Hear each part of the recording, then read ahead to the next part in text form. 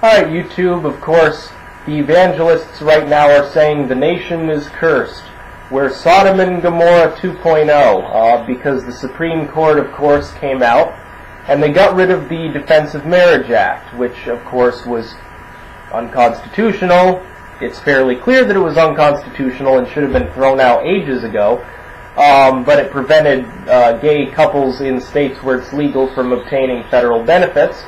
And Proposition 8 is now essentially dead, because the court ruled that, well, they didn't rule, they simply stated they can't rule on it because the people who were attempting to defend Proposition 8 had no legal standing to do so. It's a technicality which was generally expected that they would understand. Nobody expected it to become federally legal everywhere. Nobody expected them to uphold DOMA. Except for a few blowhards who were hoping beyond hope that we'd return to discriminating against a large segment of the population. But the evangelical tears right now are delicious. There were a lot of people, well, a handful of people, but I'm sure there were more that I didn't notice, coming out and saying, well, the Supreme Court's finally going to ban gay marriage nationwide. And they honestly believe this. A few people honestly seem to think this was the case, that DOMA would be upheld and that actually it would become illegal everywhere.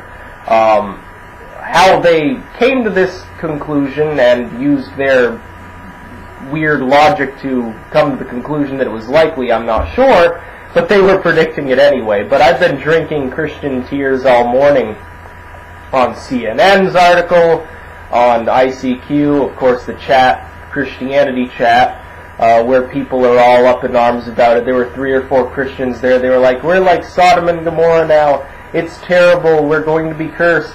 And I simply told them it's been legal here in my state for over a decade. We haven't been cursed.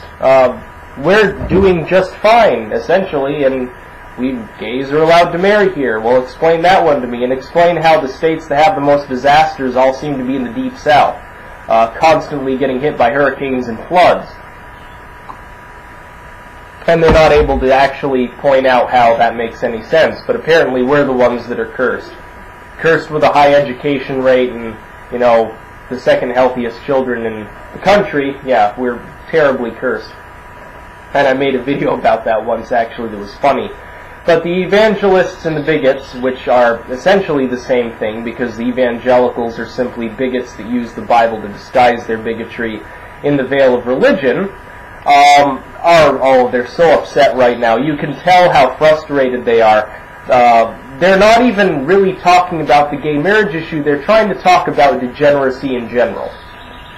And I think they do that for one reason. I think they've realized now that they've lost the gay marriage issue, that fairly soon it's going to become federally legal. It's only a matter of time. There's really nothing they can do to put it off. I think 3 states, including California now, because Prop 8 is gone, have legalized it this year. There were a couple of states that legalized it last year, I believe, as well. And there are some more planned for this year that may legalize it. I think they finally realized that they've lost. Now, of course, I'm a libertarian. As a libertarian, I say, I don't care. It's not up to me to issue some sort of moral judgment and attempt to enforce it through a secular law system that has nothing to do with morality or shouldn't onto the rest of the population. Even if I opposed gay marriage, I don't. I have no problem with it. Even if I opposed gay marriage, I can go to other people and say that. I can say, I think it's wrong, here's why, A, B, and C. I can go to a church and talk about how it's wrong. I could go to a school and talk about how it's wrong. I could bring it up in a town meeting. I could do whatever I want. I could write a senator. I could talk about it to my friends and family.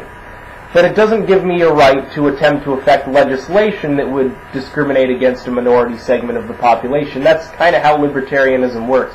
And I laugh about the self-proclaimed libertarians, the so-called libertarians that are actually, and we all know this, neoconservatives and evangelicals, who are taking this as a bad thing and saying we've lost sight of our true traditions and morality.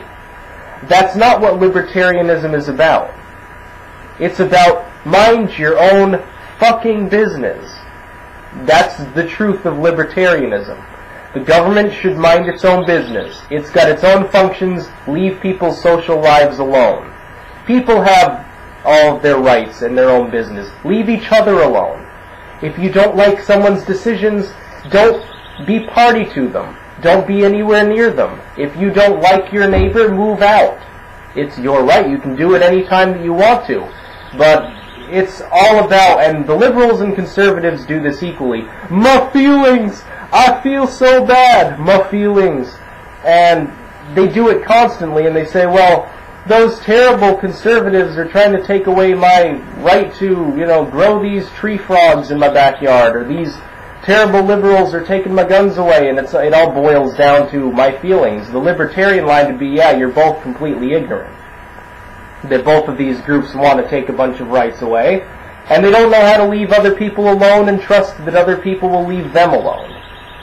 Leave each other alone. If gays want to get married, let them do it.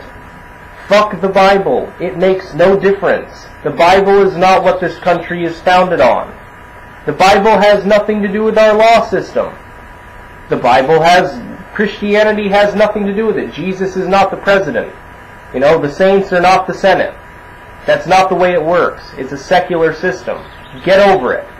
If you want to live in a Christian nation, you're more than free to go to some Christian nation. Most of them are in Africa, by the way. You can go there, and you'll see Christianity legislated, and you'll see how wonderfully that has worked out for them, aka not very well. So thank you to the Supreme Court for finally making a good decision out of a string of ones that made no sense, like the one they did about fucking the right to remain silent, which their decision on that made absolutely no sense and is suspicious at best.